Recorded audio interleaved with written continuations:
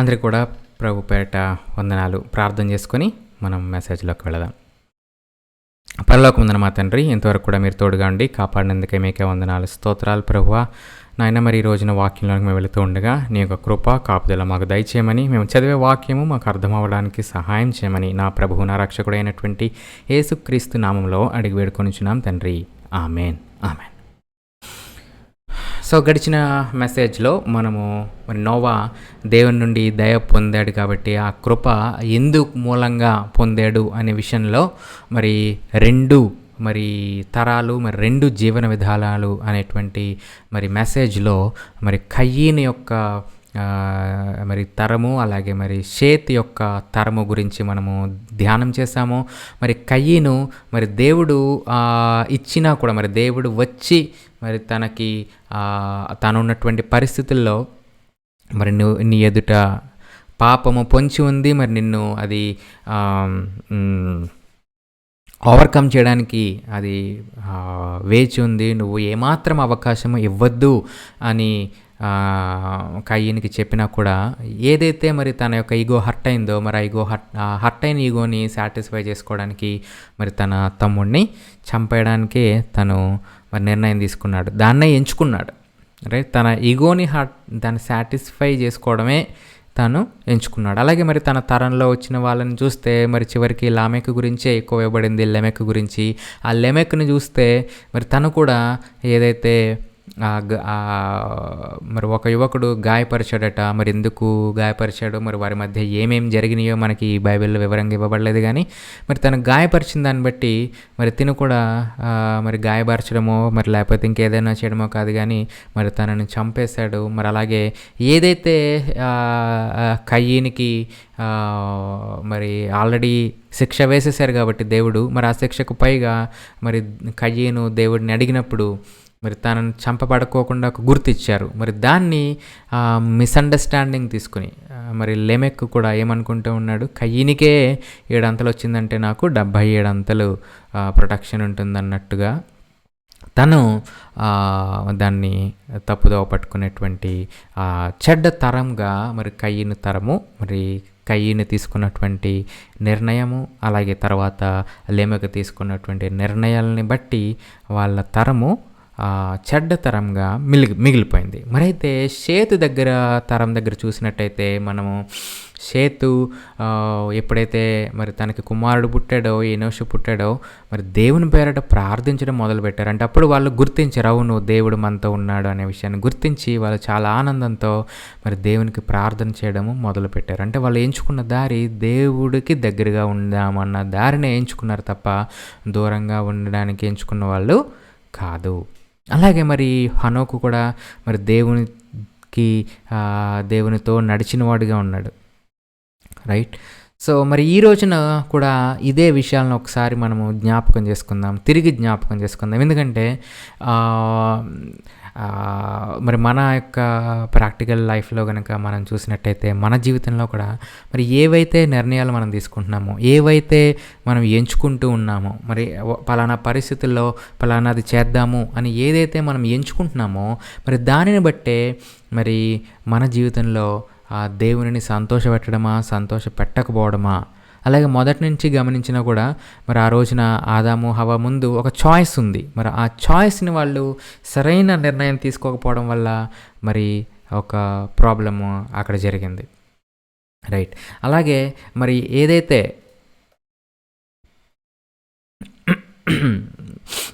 కయ్యేని ఎదురుగా ఒక చాయిస్ ఉందో, మరి తమ్ముడితో సమాధాన పడడం, లేకపోతే దేవుడికి ఏది ఇష్టమో తెలుసుకోవడం, లేదా మరి తన యొక్క ఈగోని సాటిస్ఫై చేసుకోవడం. మరి తను తీసుకున్న చాయిస్ తన ఈగోని సాటిస్ఫై చేసుకోవడం. సో ఇలా మరి మనం తీసుకునే నిర్ణయాలు, లేదా మనం ఏదైతే ఎంచుకుంటున్నామో అది చాలా ప్రాముఖ్యమైనది అనే విషయము మనకి తెలుసుకోవడానికే ఈ రోజున మరలా ఒకసారి ఇవే విషయాల్ని మనము చదువుదాము. అయితే 7, 8, 9 వచనాల ద్వారా చదువుదాం. సో 7, 8 వచనాల్లో మనం చూసినట్టయితే 7వ వచనంలో భూమి ఎటువంటి బాధాకరమైన పరిస్థితుల్లో ఉంది అనే విషయం గురించి ప్రభు మాట్లాడుతూ ఉన్నాడు. నరులతో కూడా జంతువులు, పురుగులు, ఆకాశ పక్షాదులు కూడా మరి తుడిచివేయబడాల్సిన పరిస్థితి ఏర్పడింది. ఎందుకంటే ఖచ్చితంగా ఇక్కడ మనకు అర్థమవుతుంది. మరి మనుష్యులు హ్మ్, ఆ యొక్క ఏదైతే ఆహ్, చెయ్యకూడదో మరి అవన్నీ కూడా వాళ్ళు అక్కడ వాటిల్ని చేసి మరి వాటిని చెరిపివేసినట్టుగా మనము అర్థం చేసుకోవచ్చు. అయితే మనం దాంట్లోకి ముందుకెళ్ళొద్దు. ప్రభువు మనకి సరైనటువంటి నాలెడ్జ్ మరి సరైనటువంటి మరి వాక్యాల్ని మనకిచ్చిన రోజున దాని గురించి ఇంకా మనం లోతుగా మనము ధ్యానిద్దాము. ప్రస్తుతానికి మాత్రము ఏదైతే ఎంచుకోవడం అనేది ఉందో దాని గురించే ఎక్కువ మనం కాన్సంట్రేట్ చేద్దాం. సో ఇక్కడ ఈ నోవహును చూసినట్టయితే మరి నోవహు యెహోవా దృష్టి యందు కృప పొందినవాడాయను. అలాగే మరి 9వ వచనంలో చూసినట్టయితే నోవహు ఎలా ఉన్నాడట? నీతిపరుడుగా ఉన్నాడట. మరి నోవహు నీతిపరుడును తన తరంలో నిందారహితుడును అయ్యుండెను. అంతేకాకుండా నోవహు దేవునితో కూడా నడిచినవాడు. నీతిపరుడు, నిందారహితుడు, దేవునితో కూడా నడిచినవాడు. సో ఇందాక ఇంగ్లీష్ మెసేజ్‌లో కొన్ని దీని రూట్ వర్డ్స్ మీనింగ్స్ చూసి మరి దాన్ని బట్టి కొన్ని విషయాలు మేము నేర్చుకున్నాము. మరలా మనము అదే విషయాల్ని ఒక్కసారి తెలుగులో కూడా మనము చెక్ చేద్దాం. ఓకే. మరి 1 మినిట్.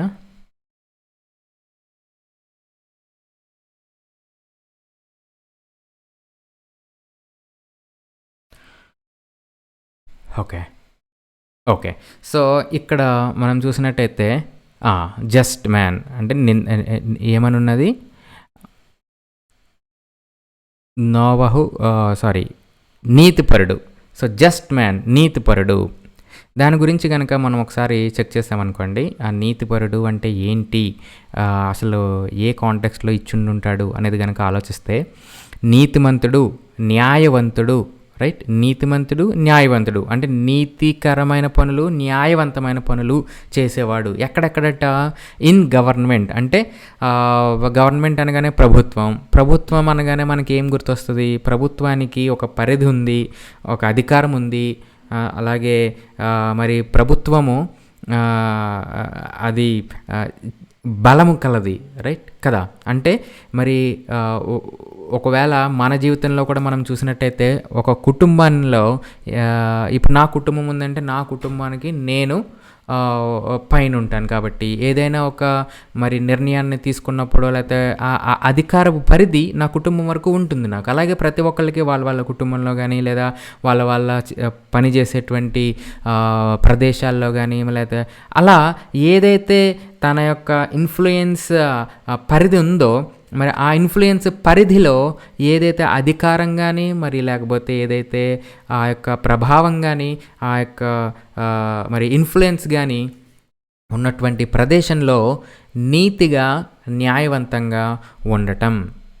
ఇప్పుడు మరి ఇప్పుడున్న రోజుల్లో కనుక మనం చూస్తే మన ఇంట్లో ఎవరైనా మరి పాలిటిక్స్లో ఉన్నారు అంటే మరి వాళ్ళ యొక్క బలాన్ని లేదా వాళ్ళ యొక్క మరి అధికారాన్ని మన యొక్క లాభం కొరకు వాడుకోవడానికి ఏమైనా అవకాశాలు ఉన్నాయా అని ఖచ్చితంగా స్వాభావికంగా వచ్చే ఆలోచనలుగా మరి ఉంటాయి. మరైతే ఇప్పుడు ఒకవేళ నోవాహు గనుక అక్కడ అలాంటి పరిస్థితుల్లో ఉండుంటే మరి ఏదైతే నీతి ఏదైతే న్యాయమో మరి అదే పక్షపాతం లేకుండా ఆ విధంగా చేయగలిగినటువంటి సిచ్యువేషన్లో ఉండటం ఆ యొక్క జస్ట్ అంటే నీతిగా ఉండటం. అలాగే ఇంకొకటి ఏంటంటే ఇన్ వన్స్ కాజ్ అంటే ఒకరి విధానాల్లో లేకపోతే ఇప్పుడు పలానా పని నేను చేశాను, ఆ పలానా పని చేసిన దాని వెనకాల ఏంటి నాకు మోటివేషన్ అంటే ఇది నీతి కార్యము, ఇది న్యాయమైనది కాబట్టి ఇలా చేశాము. మనకు కూడా కొంతమంది చూస్తాం కదా, ఎందుకురా నువ్వు వాడు నీది లేకపోతే ఫర్ ఎగ్జాంపుల్ ఏదో ఏదో డిస్ప్యూట్ వచ్చింది. డిస్ప్యూట్ వచ్చినప్పుడు ఒకళ్ళు పోనీలే అని వదిలేశారు అనుకుందాం ఫర్ ఎగ్జాంపుల్. అంటే నాకు వేరే ఎగ్జాంపుల్స్ ఏం దొరకట్లేదు.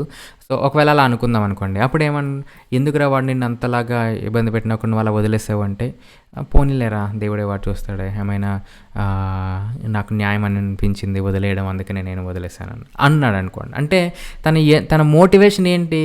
సరేలే ఒకవేళ క్షమించడం దేవుని ఎదుట న్యాయము అని తను ఫీల్ అవ్వడం. సో అంటే తను ఏదైతే చేస్తూ ఉన్నాడో దానిలో ఇది న్యాయం కాబట్టి, ఇది నీతి కాబట్టి అని చెయ్యడం, దాన్ని బట్టి నీతిపరుడు అని అనిపించుకోవడం. లేదా ఇంకొక విధానంలో ఏంటంటే the conduct and the character, అంటే ప్రవర్తన విషయంలో.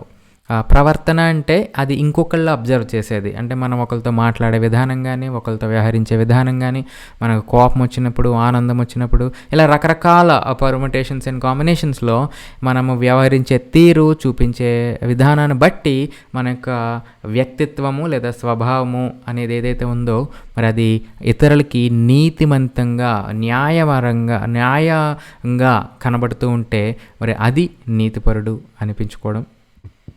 ఆబ్వియస్గా మీరు ఇది ఎవరి ఎదుట? దేవుని ఎదుట. మరి దేవుడు చెప్పాడు అంటే మనుష్యుల ఎదుట అని కాదు, ఇక్కడ దేవుని ఎదుట. మరి దేవునికి ఎదుట ఏది నీతి అని అనిపించుకుంటుందో అది చేయడానికి నోవహు మరి తను చూసుకుంటా ఉన్నాడు. రైట్. సో ఇలా మరి నీతిపరుడు నోవహు అని ఇక్కడ దేవుడు చెప్తూ ఉన్నాడంటే మరి తన జీవితంలో ఉన్న అనేకమైనటువంటి పరిస్థితుల్లో తను దేవునికి ఏదైతే ఇష్టము అవుతుందో ఆ పని చేయడానికే తను ఎంచుకున్నాడు. చాయిస్ తను అదే తీసుకున్నాడు. అలాగే నిందారహితుడు అనేదానికి ఇంగ్లీష్లో ఏమని వాడబడింది అంటే పర్ఫెక్ట్ అని రాయబడింది. దాని యొక్క ఆ వర్డ్ని మనం ఒకసారి చెక్ చేసినట్టయితే పర్ఫెక్ట్ అనే దానికి తమీమ్ అనే వర్డ్ హిబ్రూలో వాడారు. దానికి అర్థం ఏంటి అంటే సంపూర్ణము, మొత్తము, సంపూర్ణ స్వస్థత కలిగినది. హెల్త్ అంటే ఇప్పుడు హెల్త్ గురించి చూసినట్టయితే కంప్లీట్ హెల్త్ అంటే తల నుండి అరికాళ్ళ వరకు ఏ లోపము లేని ఆరోగ్యము, అంటే ఫుల్ కంప్లీట్నెస్, సంపూర్ణత, పరిపూర్ణత అనే దాన్ని, ఆ వర్డ్ని తమీమ్ అనే దానికి యూస్ చేయడం జరిగింది. సో దాన్ని తెలుగులో ట్రాన్స్లేట్ చేసినప్పుడు నిందారహితుడు.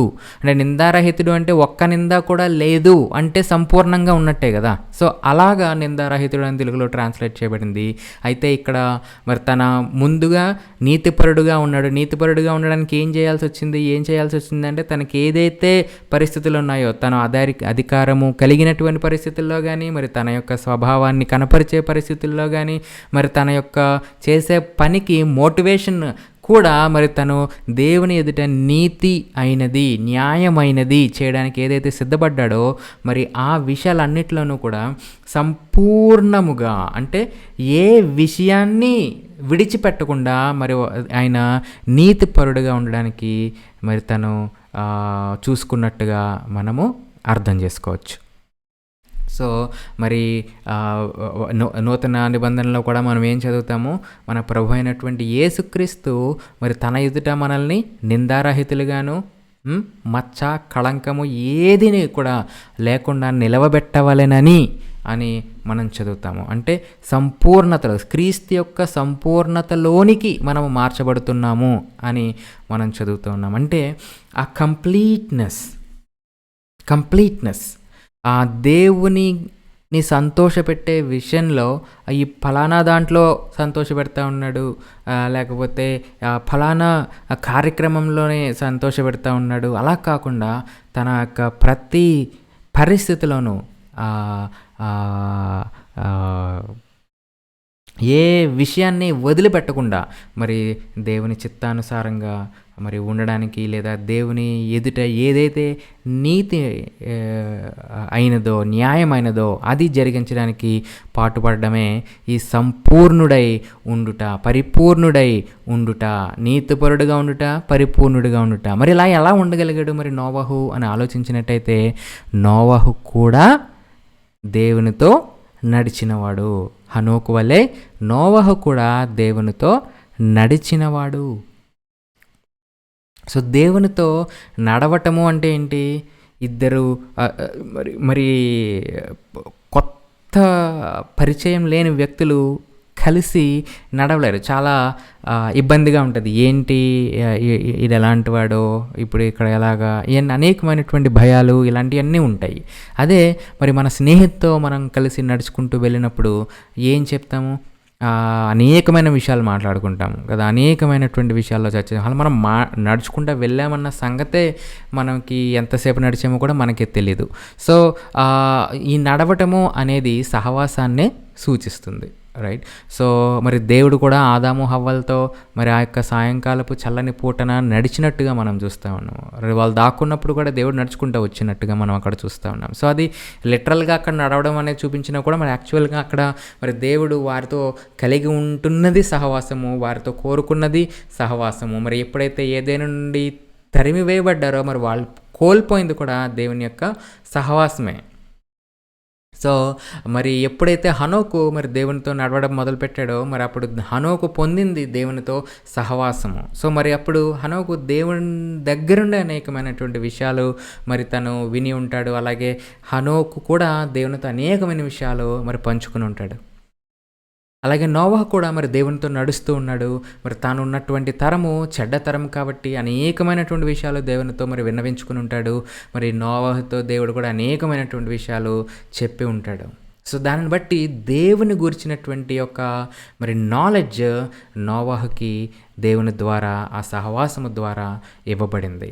సో, దేవునితో నడిచాడు కాబట్టి మరి దేవుని యొక్క చిత్తము తెలిసిన వాడై ఏదైతే తన యొక్క ప్రవర్తనలో నీతి అయినదో, న్యాయమైనదో దాన్ని జరిగించడానికి సంపూర్ణంగా మరి తన జీవితంలో చెక్ చేసుకొని మరి దేవుని చేతనే ఆ యొక్క సాక్ష్యాన్ని పొందుకున్నట్టుగా మనం చూస్తున్నాం. రైట్. సో, మూలము మనకేమర్థమవుతుంది ఇప్పుడు? మూలము ఏంటి అంటే దేవునితో నడవడము లేదా దేవునితో సహవాసము సరి అయినటువంటి నిర్ణయాలు తీసుకోవడానికి అది మూలము అని మనకు అర్థమవుతుంది. సో, దేవునితో ఈ రోజుల్లో మనం ఎలా మరి సహవాసం కలిగి ఉండగలము?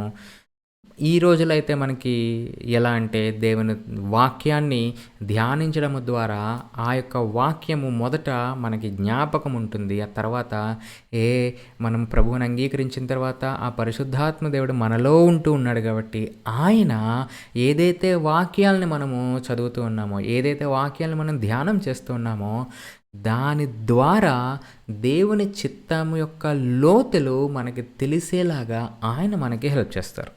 సో, ఆ విధంగా మరి దేవునితో నడవగలుగుతూ ఉంటాం మనం. సో, అప్పుడు మన ఏది సరైన విధానము, ఏది సరైన విధానం కాదు అనేది మనకు తెలుస్తుంది. అలా తెలియడం మాత్రమే కాదు కానీ, అక్కడతోనే కాదు కానీ, ఆ నెక్స్ట్ స్టెప్ ఒకటి ఉంది. అదేంటి అంటే నిర్ణయం తీసుకోవడం. అంటే ఆ ప్రకారంగా దాన్ని పాటించడం. సో, మనకి ఒక విషయం మనం చేయడానికి ముందు 2 స్టెప్స్ ఉంటాయి. ఒకటి దాన్ని గూర్చినటువంటి నాలెడ్జ్ ఉండటము, ఏది మంచో ఏది చెడో తెలుసుకోవడము, ఆ మంచిది కానీ చెడు కానీ చాయిస్ తీసుకోవడం. అంటే ఒక చాయిస్ తీసుకున్న తర్వాత ఆ ప్రకారంగా మనం చేస్తాం. కారు కొనాలి, అనేకమైనటువంటి బ్రాండ్స్ చెక్ చేస్తాము, ఒకటి చాయిస్ తీసుకుంటాము, అదే కొనుక్కుంటాము. ఫోన్ కొనాలి, అనేక ఫోన్లు రివ్యూలు చూస్తాము, ఒకటి చూస్ చేసుకుంటాం. మనకు కోపం వచ్చింది ఒకళ్ళ మీద, ఇప్పుడు ఏం చేయాలి దాని గురించి ఆలోచించి ఒక నిర్ణయం తీసుకుంటాం, ఒక చాయిస్ తీసుకుంటాం. సో, ఇలా ప్రతి దాంట్లో కూడా మనకి ఒక చాయిస్ తీసుకునే మనం ముందుకు వెళ్తాం.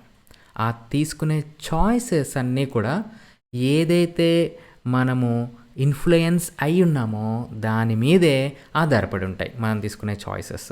సో, దేవుడు చెప్తున్నది ఏంటంటే ఈ రోజున ఎప్పుడైతే మీరు నాతో సహవాసం కలిగి ఉంటారో మీ దైనందిన పరిస్థితుల్లో మీరు నిర్ణయం తీసుకోవాల్సినటువంటి ఆ అవసరంలో, ఆ పరిస్థితుల్లో సరైన నిర్ణయం తీసుకోవడానికి నా సహవాసం మీకు అవసరం.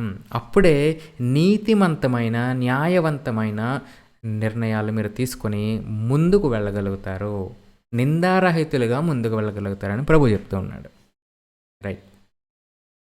అయితే ఈ రోజున మరొక్క విషయం కూడా మరి టచ్ చేయాలి అని నేను అనుకుంటూ ఉన్నాను. అది ఏంటి అంటే, మనము మరి సాధారణంగా ఈ మీటింగ్స్‌లో ఉన్నప్పుడు గానీ, లేదా ఈ ప్రీచింగ్ చేసినప్పుడు గానీ, మరి బైబిల్ స్టడీస్ చేసినప్పుడు గానీ, లేకపోతే ప్రార్థనల్లో ఉన్నప్పుడు గానీ, ఆహ్, ఆహ్, అప్పుడు మరి నిజంగానే ఇది దేవుని చిత్తం, మనం నెక్స్ట్ నుంచి మరి పలానా విషయాల్లో ఉండకూడదు అనుకుంటాం గానీ, మనం అయిన తర్వాత వెంటనే మరి నార్మల్ డేస్‌లో చూసినట్టయితే ఏమవుతది, ఒక్కసారి దేవుని సన్నిధి నుండి, అంటే దేవుని సన్నిధి అంటే నా ఉద్దేశ్యం ఫిజికల్‌గా మనం కూడుకున్నటువంటి ఆ పరిస్థితి నుంచి, లేదా ఫిజికల్‌గా మనం బైబిల్ స్టడీ చేస్తున్న పరిస్థితి నుంచి, లేదా ఫిజికల్‌గా మనం ప్రేయర్ చేస్తున్న పరిస్థితి నుంచి పక్కకొచ్చినప్పుడు, వెంటనే ఏదైతే నార్మల్ డేస్‌లో మనం స్వాభావికంగా, అలవాటుగా చేసేటువంటి అనేకమైన థింగ్స్ నార్మల్‌గానే జరుగుతూ ఉంటాయి. అలా అక్కడ దేవుని చిత్తము ఇదా? కాదా? అని ఆలోచించేది ప్రతిదాన్ని మనం ప్రాసెస్ చెయ్యం అలా.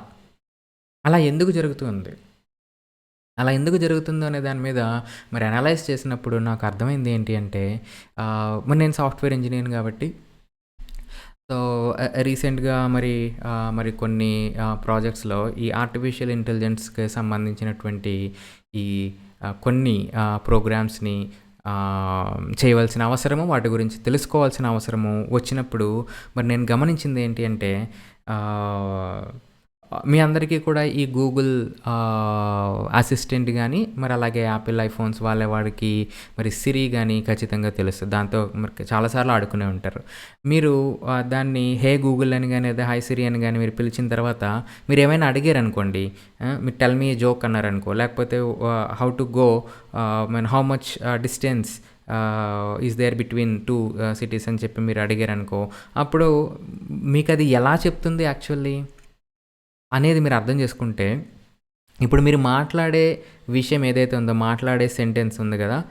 ఆ సెంటెన్స్‌లో ఏది ఇంపార్టెంట్ అనేది ఆ గూగుల్ అసిస్టెంట్ గాని, ఆ సిరి గాని అవి ఫస్ట్ ఒక ట్రైనింగ్‌కి వెళ్తాయన్నమాట. అంటే ఎవరైనా ఒక మాట మాట్లాడితే అందులో నుండి ఇంపార్టెంట్ వర్డ్స్‌ని ఎలా పిక్ చేసుకోవాలి అనే ట్రైనింగ్ ముందు వీటికిస్తారు ప్రోగ్రామ్ ద్వారా.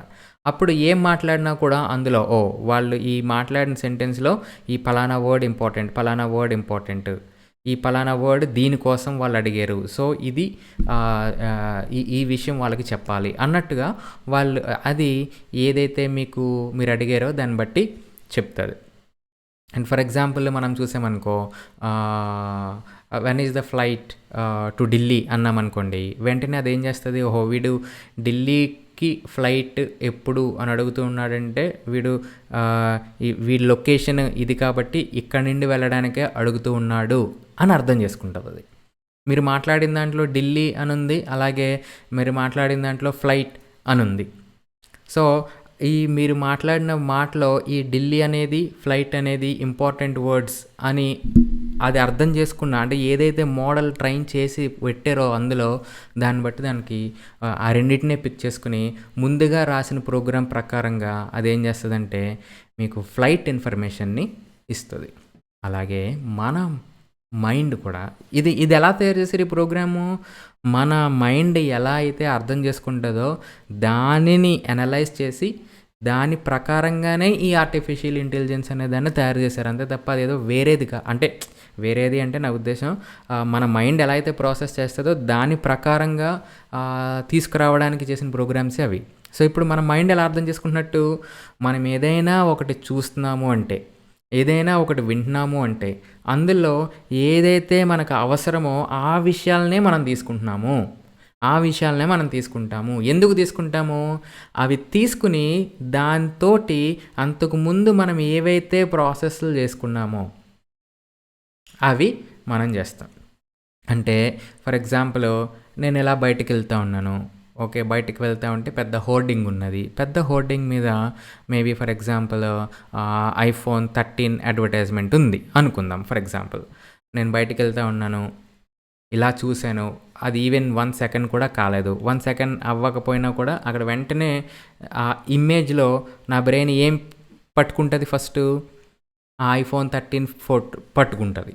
ఐఫోన్ 13 పట్టుకోగానే ఏం ప్రాసెస్ చేస్తుంది, ఇది ఐఫోన్ 13. అంతకుముందు నేను ఏం చేసి ఉంటాను, నాకు ఇష్టమైన ఫోనుల్లో ఏంటి అనే దాన్ని నేను ఆల్రెడీ కొన్ని రిజిస్టర్ చేసుకుని ఉంటాను మైండ్లో.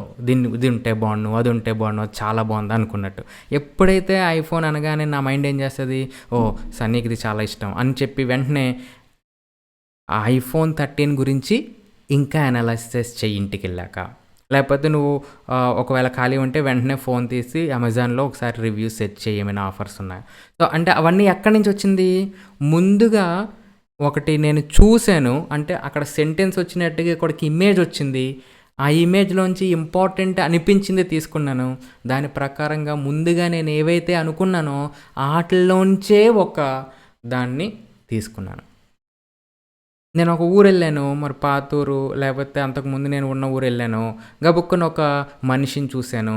చూడగానే ఏమవుతుంది, ఆ మనిషిని చూడగానే ఆ మనిషితోటి అసోసియేట్ అయి ఉన్నటువంటి ఆ పాత మరి జ్ఞాపకాల్లోంచి, అనుభవాల్లోంచి వెంటనే ఒకటొచ్చి ఒక కంక్లూజివ్ థింగ్, వాళ్ళతో నేను ఉండాలా, ఉండొద్దా, మాట్లాడొచ్చా, మాట్లాడకూడదు, ఇలా అనేకమైనటువంటి నిర్ణయాలు మనము తీసుకుంటూ ఉంటాము.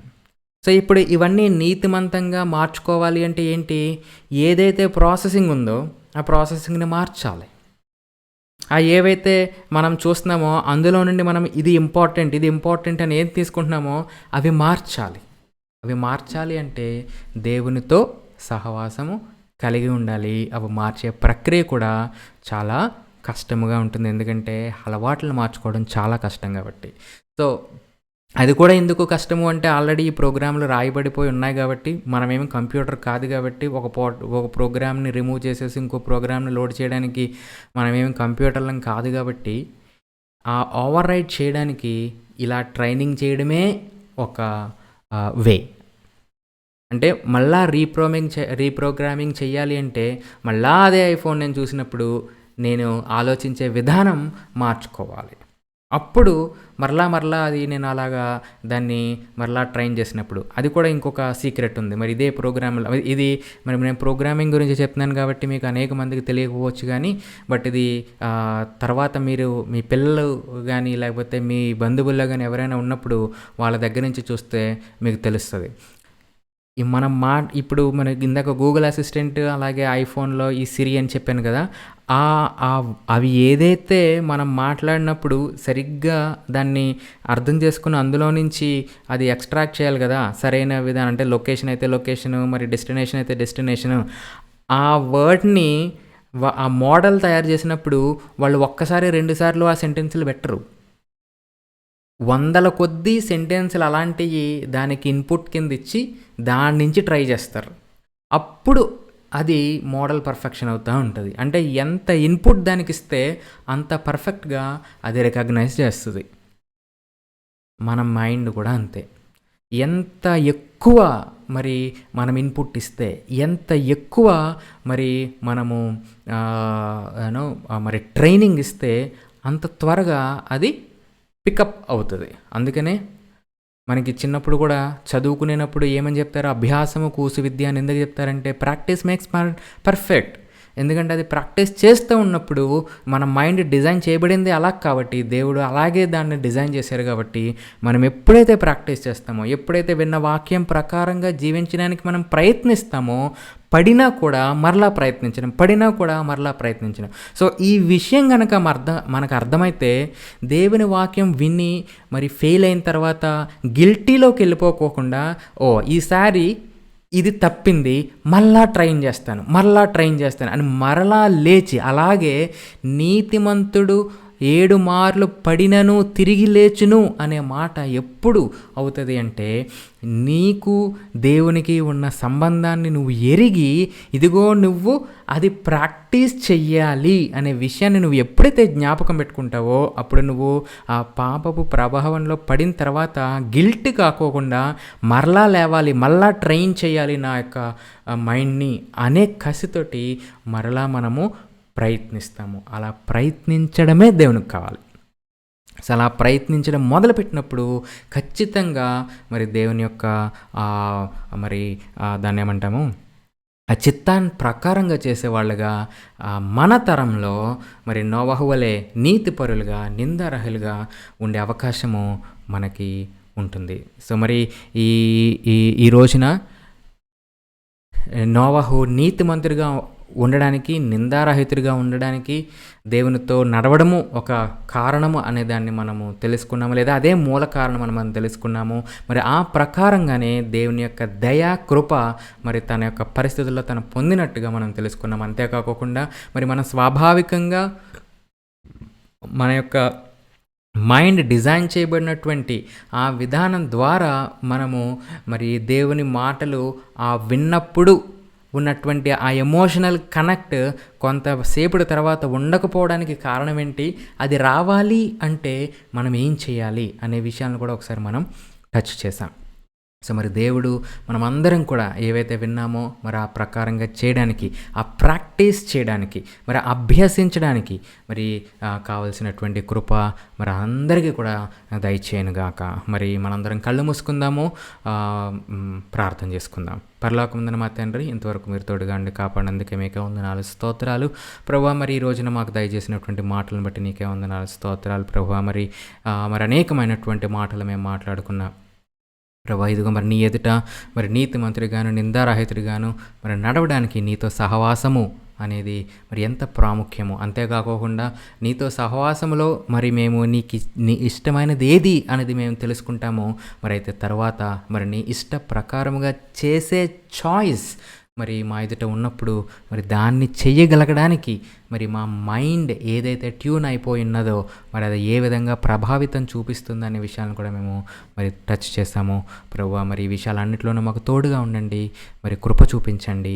మేము ఆ యొక్క మరి మైండ్ని మరి ప్రభువా మరి కంట్రోల్లోకి తేవడానికి, పరిశుద్ధాత్మ కంట్రోల్లోకి తేవడానికి, అవును ప్రభువా, ఎవడైతే ఆత్మ ద్వారా నడిపిస్తాడో మరి వాడు శరీరాన్ని జయిస్తాడని చెప్పి మీరు చెప్పారు ప్రభు. మరి ఆ మాట యొక్క అర్థము మరి ఇదిగో మేము ఇప్పుడు కొంచెం అర్థం చేసుకోగలుగుతున్నాం. దాన్ని బట్టి నీకు వందనాలు, స్తోత్రాలు తెలియజేస్తున్నాను. మరి ఏవైతే మరి మాటలు మాకు దయచేశారో మరి ఆ మాటలను ఆశీర్వదించండి. మరి విన్న ప్రతి ఒక్కరిని మీరు జ్ఞాపకం చేసుకుని మరి వారు తండ్రి నాయన మరి నీ ఎదుట నీతిమంతులుగాను, నిందారహితులుగాను ఉండడానికి, మరి నేను కూడా నీ ఎదుట మరి నీతిమంతులుగాను, నిందారహితులుగాను ఉండడానికి సహాయం చేయమని మరి నా ప్రభువున రక్షకుడైనటువంటి యేసుక్రీస్తు నామంలో మరి ప్రతి ఒక్కరిని కూడా మరి నీ చేతులకు అప్పగించుకుంటూ అడిగి వేడుకొనిచున్నాం తండ్రి. Amen, amen. మీ అందరికీ కూడా మరి దేవుడి పేరు వందనాలు. దేవుడు మిమ్మల్ని ఆశీర్వదించునుగాక.